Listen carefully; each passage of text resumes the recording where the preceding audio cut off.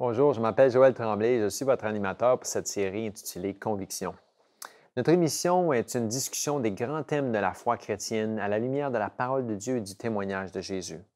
L'objectif de cette série est d'apporter des réponses et de donner des outils pratiques aux jeunes adultes pour les aider à établir et à maintenir leurs convictions. En ces jours de confusion, Dieu a besoin de jeunes hommes et de jeunes femmes loyaux et intègres, avec une conscience fidèle qui vont se tenir debout pour défendre la justice et la vérité, même si l'univers semble s'écrouler. Le mouvement de la libération de la femme ou le mouvement féministe a fait un bout de chemin dans plusieurs pays et même on pourrait aller jusqu'à dire que ça va peut-être trop loin dans certains cas. Mais par contre, dans certains autres pays, les femmes n'ont pas les mêmes droits que les hommes et même elles sont encore méprisées ou maltraitées. Depuis la création, il y a eu bien sûr beaucoup d'injustices et d'inégalités au niveau des sexes et des races, et il y en a encore aujourd'hui. Il semble qu'il y a plus de confusion que jamais au sujet des responsabilités et des rôles des hommes et des femmes. Donc, nous allons tenter de faire la lumière sur cette identité, sur notre identité et nos rôles aux yeux de Dieu. Qu'est-ce qui définit l'homme et la femme? Quels sont leurs rôles respectifs? Que dit la parole de Dieu sur ce sujet? Bienvenue à un autre épisode de Conviction. Bienvenue à vous trois. Merci. Alors, vous êtes là aujourd'hui pour discuter avec nous de ce sujet, le rôle de l'homme et la femme. Mais avant de commencer, si vous voulez vous introduire, nous dire vos noms et d'où vous êtes. Bien sûr. Mon nom, c'est Marie-Michel et j'habite à Gatineau. OK. Je suis Gabrielle, j'habite à Laval. Mon nom, c'est Milka et j'habite à Montréal. Bon, mais merci encore une fois d'être ici. Alors, pour commencer, quelles sont les différences entre les hommes et les femmes? Donc, si on regarde dans l'aspect physique de l'homme et la femme, il y a une différence claire. Également, dans l'aspect physiologique, on peut voir qu'au niveau des organes sexuels, au niveau des chromosomes, il y a une différence entre l'homme et la femme qui est distincte et qui ne peut pas être niée.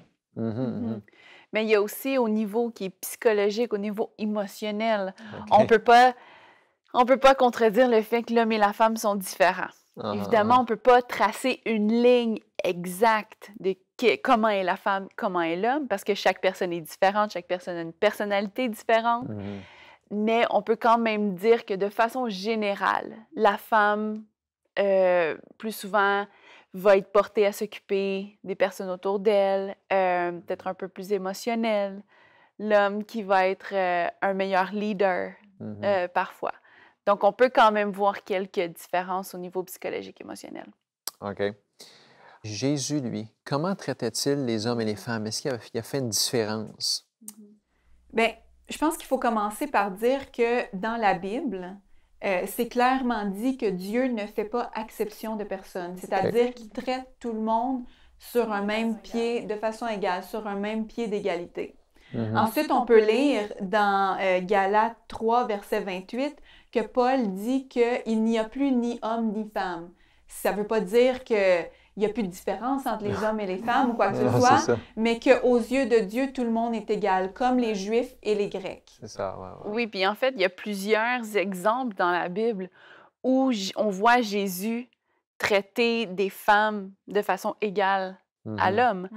Si on prend par exemple l'histoire de Marie-Madeleine, lorsqu'elle a été prise en flagrant délit d'adultère, les pharisiens l'ont prise, ils ont laissé évidemment l'homme qui était dans la situation, ils l'ont laissé là. Ils ont pris la femme, ils l'ont amenée à Jésus.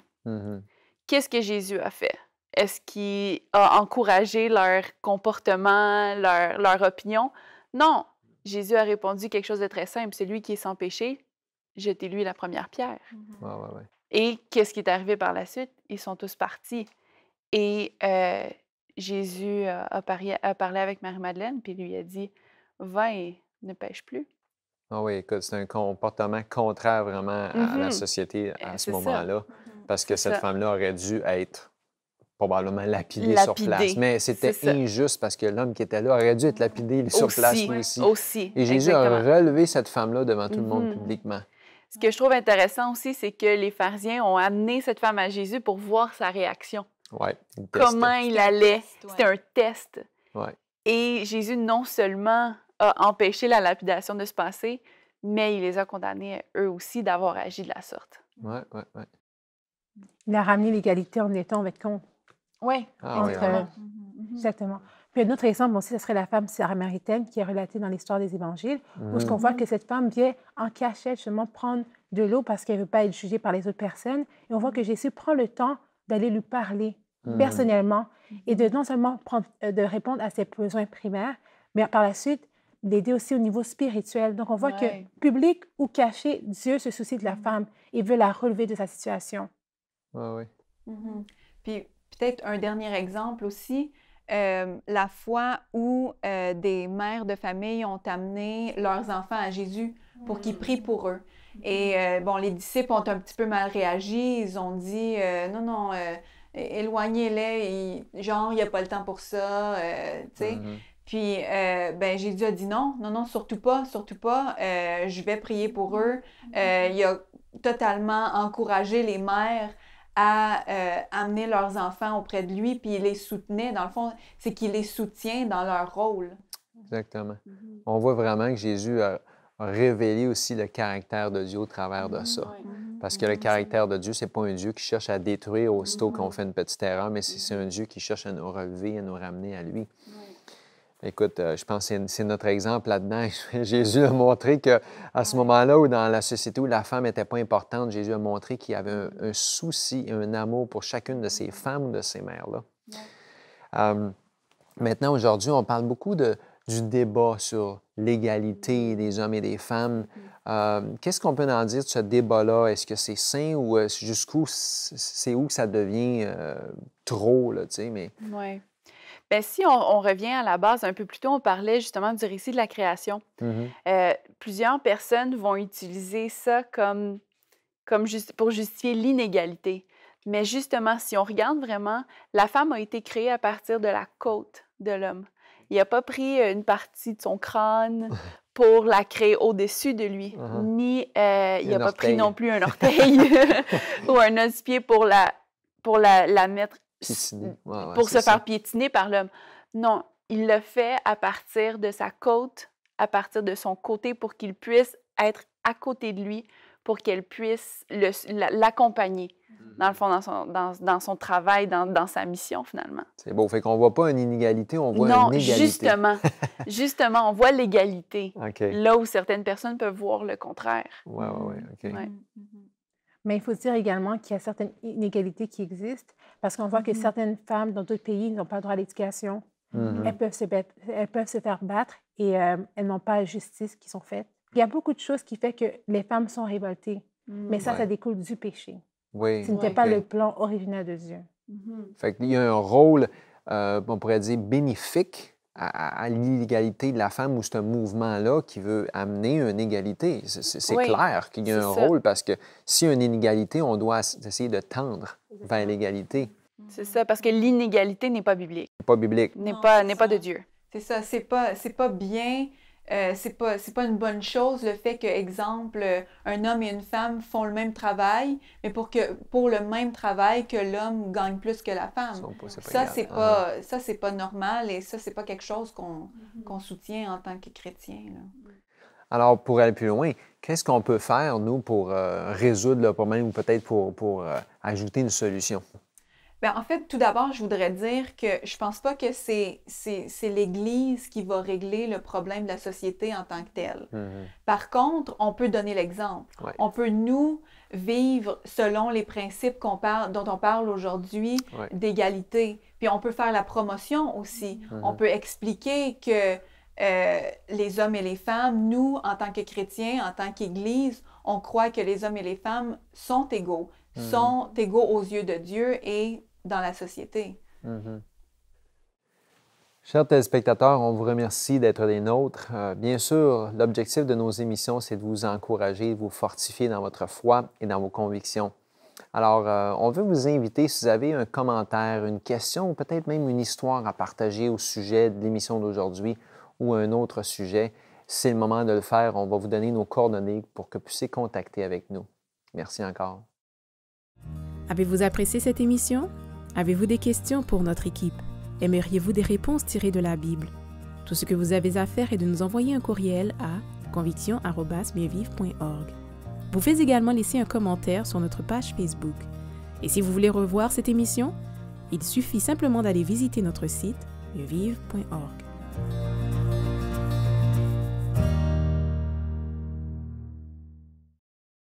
Mieux Vivre offre aux jeunes une formation pour apprendre à produire des émissions et utiliser les médias pour la gloire de Dieu.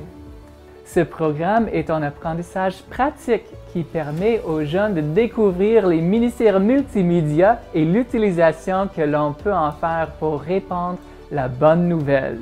Êtes-vous passionné par les médias et par la mission? Si tel est votre cas, je vous invite à nous contacter à Mieux Vivre pour en savoir plus sur notre programme de missionnaires multimédia. Alors, quels sont les rôles de l'homme et de la femme? Sont-ils interchangeables?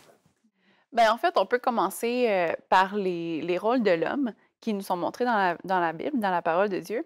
En fait, deux rôles qu'on peut voir dès la création, en fait. Le premier, c'est de dominer sur ce qui l'entourait, sur les animaux, sur l'environnement autour de lui. Dominer ici, on veut dire vraiment s'occuper d'eux. Donc, Dieu lui avait donné la responsabilité de s'occuper du jardin, finalement. Puis la deuxième chose qu'on peut voir, le deuxième rôle qu'on peut voir vraiment dans la Bible, c'est d'être le prêtre de la maison. Si on regarde, par exemple, Josué, qui dit, dans Josué 24, verset 15, ça dit « Et si vous ne trouvez pas bon de servir l'Éternel, choisissez aujourd'hui qui vous voulez servir, ou les dieux qui servaient vos pères au-delà du fleuve, ou les dieux des Amoréens dans le pays desquels vous habitez. » Mais Josué, ici, il dit « Moi et ma maison, nous servirons l'Éternel. » On pense aussi à Job, dans le chapitre 1, verset 4, où on dit qu'il amenait des sacrifices pour sa famille, matin et soir. Donc, vraiment, de s'occuper de la croissance spirituelle de sa famille et de pourvoir à ses besoins. OK. On voit deux rôles là. Ouais. À présent, pour le rôle de la femme, on voit que dès la Genèse, on voit que la femme, son rôle vraiment, c'est au niveau de l'éducation de son enfant. Puis cela a été encore réitéré après péché à travers aussi l'ange qui est venu parler à Manoah et à sa femme. On avait donné des éducations claires et on voit que la femme, justement, elle joue un rôle déterminant dans justement le développement physique, spirituel et moral de l'enfant. À travers sa diète et à travers l'instruction qui a été donnée par la suite. Aussi, on voit que la femme est appelée à être l'aide de son mari. Par exemple, on voit que Moïse, pendant qu'il était en train de faire sa mission, un ange voulait le tuer. Et ça, c'est parce qu'il n'avait pas nécessairement rempli toutes ses fonctions. Il n'avait pas suffisamment circoncis l'un de ses enfants. Et lorsque sa femme Séphora a réalisé ceci, elle a pris un couteau, elle a coupé le prépuce de son enfant, elle a dit « Pour moi, c'est un époux de sang. » Donc, on voit comment, justement, elle est l'aide de son mari. Elle voit qu'il y a un problème, elle agit. On voit également que la femme, même si elle est appelée à rester à la maison, qu'elle doit être travaillante. Je vais vous lire quelques versets dans Proverbe 31. Par exemple, on dit que elle se lève lorsqu'il est encore nuit, et elle donne la nourriture à sa maison et la tâche à ses servantes. Elle pense à un champ et elle l'acquiert du fruit. Désolée, elle pense à un champ et elle l'acquiert. Du fruit de son travail, elle plante une vigne. Elle scinde de force ses reins et elle affermit ses bras. Elle ne craint pas la neige pour sa maison, car toute sa maison est vêtue de crabes moisis. Elle se fait des couvertures, elle a des vêtements de fin lin et de pourpre. Donc, on voit que c'est une femme qui est quand même active. Elle a des enfants, mais elle n'est pas une personne qui est oisive. Vous voyez? Puis on voit aussi l'exemple de Ruth, comment elle glanait, elle restait là toute la nuit à glaner, elle prenait à peine de pause. Donc, tout le monde a remarqué justement qu'elle était une femme vertueuse à cause de justement toutes les fonctions qu'elle occupait. Oui. Puis ensuite, concernant l'interchangeabilité des sexes, bon, disons que selon la Bible, je pense qu'on peut voir, puis on peut voir aussi en regardant autour de nous que les hommes et les femmes ont en général des talents différents. Comme on a mentionné un peu plus tôt, les hommes ont tendance à être de meilleurs leaders. Les femmes ont tendance à être un petit peu plus attentionnées. Elles aiment ou elles sont bonnes pour prendre soin des gens, l'hospitalité, tout ça. On peut remarquer ces qualités-là d'un côté comme de l'autre. Par contre, ça ne veut pas dire qu'une femme ne peut pas être un bon leader ou qu'un homme ne peut pas être, disons, un infirmier qui prend soin des gens. Donc, et c'est pas mal. Si la femme est une bonne leader, puis elle dirige une entreprise, on ne veut pas dire que c'est mal. En général, on peut voir que les deux ont des talents différents, mais ça ne veut pas dire que c'est absolument jamais interchangeables non plus. Ouais, c'est spécial quand même parce que vous avez parlé de la femme virtueuse, puis peut-être l'homme vertueux et comment sont peut-être rares à trouver. Des fois, c'est des perles rares. Il n'y a pas de prix de trouver une personne comme ça, mais je pense que Dieu désire encore faire des femmes virtueuses et des hommes vertueux qui ont en eux des qualités extraordinaires. Puis il veut aussi relever ou ramener ou remettre de la valeur aux choses à laquelle lui met de la valeur. Puis dans le Jardin d'Éden, Dieu avait dit à Adam et Ève, soyez féconds, multipliez la terre. On dirait que c'était inné peut-être dans toute femme de vouloir avoir des enfants et s'occuper de sa famille. Au moment donné, c'est plus le cas. Là, en fait, on dit ça, mais ça, c'est peut-être dans notre société. Dans d'autres sociétés, ça n'a peut-être pas exactement changé tout à fait comme ça. Mais pour continuer dans cette ligne de pensée-là, il y a beaucoup d'erreurs qui se sont introduites dans la société d'aujourd'hui au sujet des rôles de l'homme et de la femme. Quelles sont ces erreurs? Qu'est-ce qu'on peut dire de ça? Là, bien, je pense que premièrement, l'erreur que je vois la plus flagrante, c'est de penser ou de vouloir se convaincre de plus en plus que les hommes et les femmes sont pareils. Tantôt, on a dit qu'ils étaient égaux, qu'ils ont droit, qu'ils ont des droits pareils, qu'aux yeux de Dieu, ils sont aussi importants l'un que l'autre. Par contre, on a établi dès le départ qu'il y avait des différences entre les deux. Mais la société d'aujourd'hui essaie de plus en plus de nous convaincre qu'on est pareil, qu'on pense pareil, qu'on a les mêmes capacités, qu'on peut faire autant, qu'on peut faire les mêmes choses, qu'on est aussi compétent et talentueux dans tout. Dans tout, c'est ça. Puis une autre erreur aussi qu'on peut voir souvent, c'est que souvent on est porté à croire que ce que nous, on désire pour nous-mêmes va nous rendre plus heureux que ce que Dieu veut pour nous. Encore une fois, on vient à le rôle de la femme qui est souvent mal vu. Selon la société, une femme, de plus en plus, va être encouragée, va être poussée à aller chercher une carrière, un gros salaire, à être indépendante.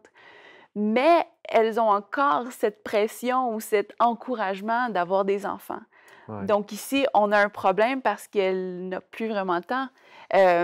Puis ça devient un peu un chaos finalement parce qu'elle a extrêmement de pression venant du travail pour les enfants.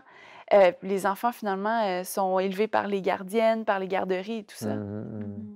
Pour moi, le pire aussi, c'est de croire que ce courant de pensée que la femme n'a pas besoin de l'homme.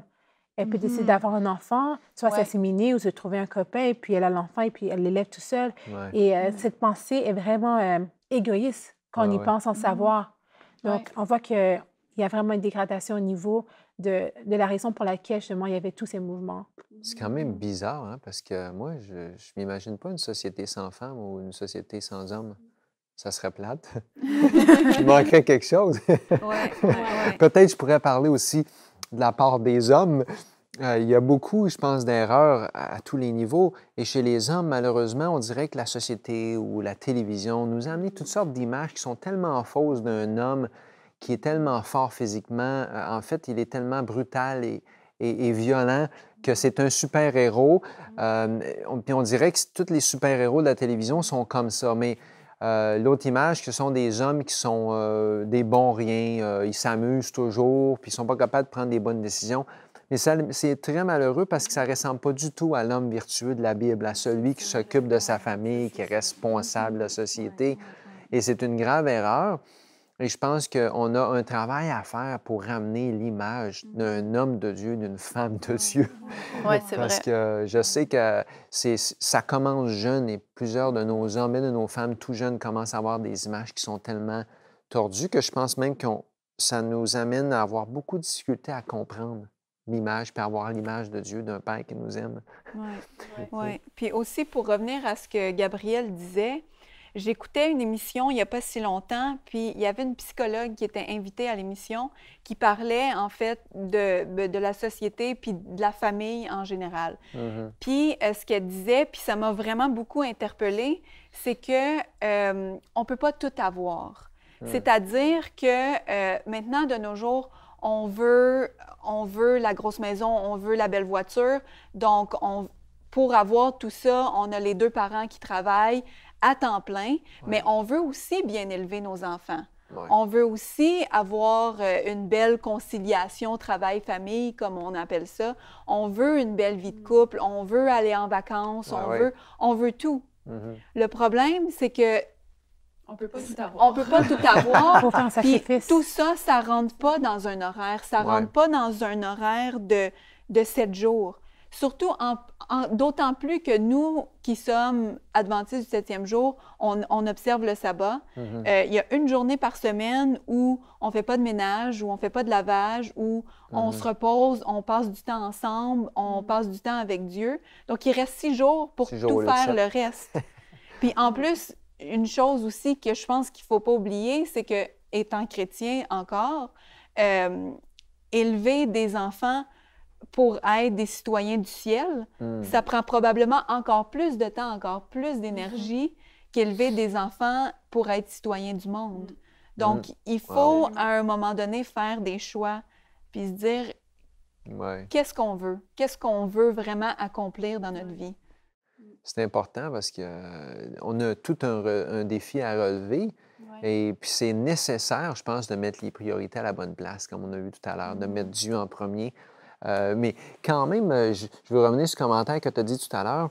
On a 6 jours au lieu de 7, mais ce qui est beau là-dedans, c'est cette 7e journée-là, c'est une journée qui nous ramène en communion avec Dieu et avec nos familles. Oui, bien sûr. Et je pense que parfois, on est tellement occupés que si on n'aurait pas ça, on aurait de la difficulté. C'est sûr, c'est pas pour nous plaindre contre le Non, sabbat, non, exactement. évidemment. Non, c'est une bénédiction extraordinaire. Je pense que c'est en fait un des éléments qui nous aide à remettre les priorités à la bonne place.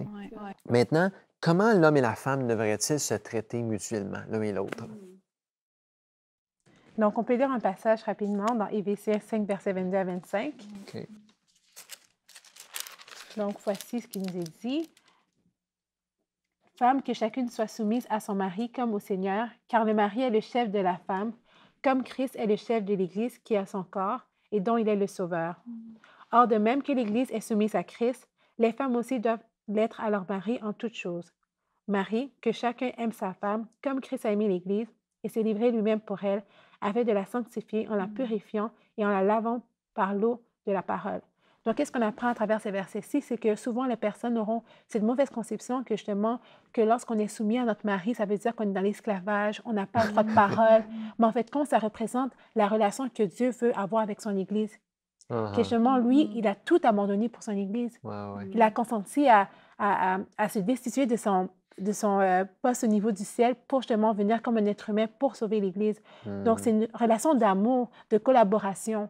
Oui. Est-ce que vous êtes d'accord avec ça? Parce qu'on a 2 femmes mariées ici. Là. Vous êtes soumises à votre mari, à vos maris? Oui, bien en fait, essaie. Oui, c'est ça. Ce verset-là, on en parle souvent. Je pense qu'il a fait couler beaucoup d'encre. Mais ce que j'ai remarqué, c'est qu'on parle toujours de la première partie. Ouais. Femmes, soyez soumises à vos maris. Oui. Et évidemment... Mais ça, c'est le mari qui aime cette première partie-là. Oui, c'est ça. Mais la femme, elle s'attend à entendre la deuxième. C'est ça. Puis comment est-ce qu'on voit, comme Ilka disait, comment est-ce qu'on voit soumission? Esclavage. Mais si on continue de lire, ce qui est vraiment magnifique dans le verset, c'est que non seulement on doit se soumettre à nos maris, mais si nos maris nous aiment comme Christ a aimé l'Église... Prête à mourir pour sa femme. Prête à mourir pour sa femme... Je pense que tu es capable d'être soumise à un homme Bien, comme la ça. soumission ne semble pas si difficile à ce moment-là. Dans le fond, c'est comme si on doit se soumettre comme on doit se soumettre à Dieu. C'est tellement vrai, Donc, faire confiance, respecter nos maris comme ils nous respectent aussi. Je pense que c'est le sens ici. Puis une chose que je trouve intéressante de ce passage-là, c'est que ce sont les hommes qui doivent aimer leurs femmes et les femmes se soumettre à leur mari. Puis si on examine un petit peu la situation, c'est 2 choses pour chacun des parties qui est difficile à faire. Les hommes sont portés vers le respect et désirent être respectés. Donc, recevoir le respect.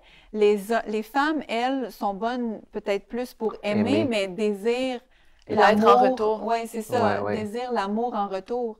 Donc, au bout de la ligne, si tout le monde fait bien sa part, tout le monde est heureux. C'est l'amour parfait. Exactement. Donc, le plan que Dieu nous donne est parfait, effectivement. C'est parfait, exactement. Alors, comment vivre en harmonie quand on regarde le rôle de la femme et mettre en pratique tous les principes qu'on a parlé? Bien, en fait, aujourd'hui, là, on a discuté de plusieurs rôles, Ouais. mais évidemment, c'est sûr que ça peut être difficile parce qu'on est tous différents, on a des Ouais. personnalités différentes, on a des missions différentes que Dieu nous donne. Donc, je pense que c'est vraiment de nous soumettre à Dieu, Amen. de l'écouter, de tout lui remettre entre les mains et de suivre ses directives, les directives qu'il nous donne personnellement. Je crois que c'est vraiment un bon point ce que Gabrielle a apporté, parce que quand on regarde l'histoire de Sarah avec Abraham, le fait qu'elle n'avait pas été soumise à Dieu, elle a donné un mauvais conseil à son mari qui est allé de prendre l'esclave. Et là, on a vu justement toutes les répercussions de ce choix. Horrible. On voit également David, Ouais. comment lui aussi n'a pas été soumis à la place d'aller à la guerre. Il est resté chez lui, il a convoité une femme, il a eu un enfant est mort. Puis après, on voit que toute sa famille, ça va mal. Absalom vient, on vient à sa fille, plein de problèmes. Donc, on voit que justement, être soumis à Dieu, c'est ça qui nous permet d'avoir cette garantie que notre famille va être vraiment dans l'harmonie et va vraiment suivre le plan que Dieu a pour nous. Ça commence avec Dieu. Amen.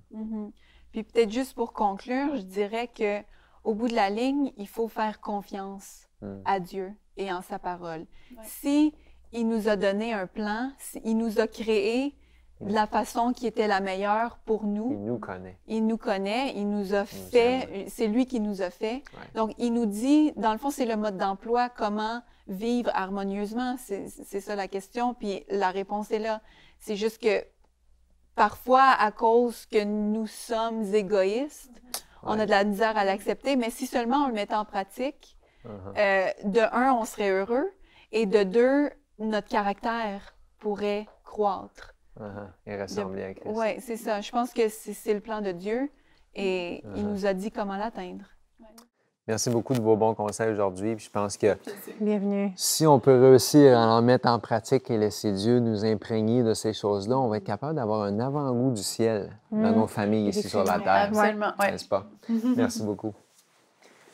Alors, c'est ainsi que se termine l'émission. J'espère que nous vous avons inspiré à chercher, à remplir le rôle à lequel Dieu vous appelle. Quel privilège nous avons. Nous ne sommes pas laissés à nous-mêmes pour affronter, bien sûr, ces questions difficiles. Nous avons un guide, c'est la parole de Dieu, et nous avons une aide, le Saint-Esprit. D'ici notre prochain rendez-vous, rappelez-vous que la parole de Dieu est une lampe à nos pieds et une lumière sur notre sentier. Au revoir.